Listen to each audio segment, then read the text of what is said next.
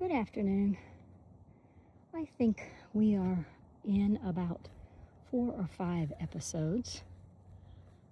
I still haven't learned much about YouTube, but once again, I still have so much excitement about all the things I've learned. If you're listening to this one, I encourage you to go back and listen to the first couple so you can understand my intention. I've explained it there.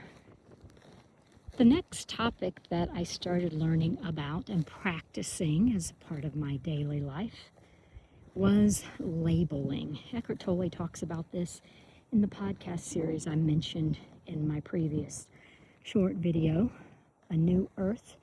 He and Oprah did a 10-part podcast series discussing his book. The book by the same title is fantastic, but it's a lot and it takes a lot of time. And I know a lot of you are really short on time and attention span. So the next concept that really stood out to me was about labeling. Being in this park is a perfect place to practice it.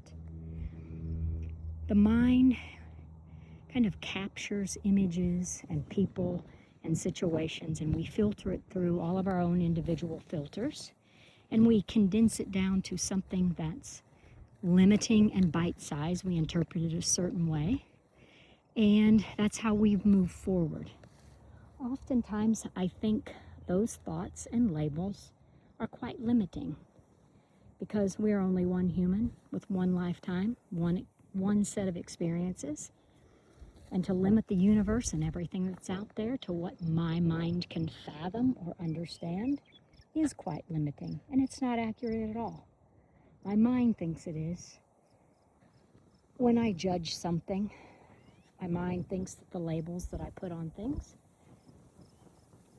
really captures it and sums it up, when it doesn't at all. And so what I started trying early on was walking through a park like this and not labeling anything. Seeing the magic, seeing the universe, seeing the food change and the ecosystems and the brilliance, how majestic the mountains are, how infinite the universe is, how it's hard for me to understand and capture, and really a label doesn't do any of this justice. And just kind of being with it, in the awe of it, and understanding that my thoughts are too finite to label anything, to understand anything. And so just practice being open to there being so much more going on in the universe than what we realize, and trying not to define it. And the next step we'll take, and I would encourage you to do a lot of reading from the Stoics to reinforce this, but the next step we'll take in the next video is just about not labeling things good or bad. But start by appreciating nature.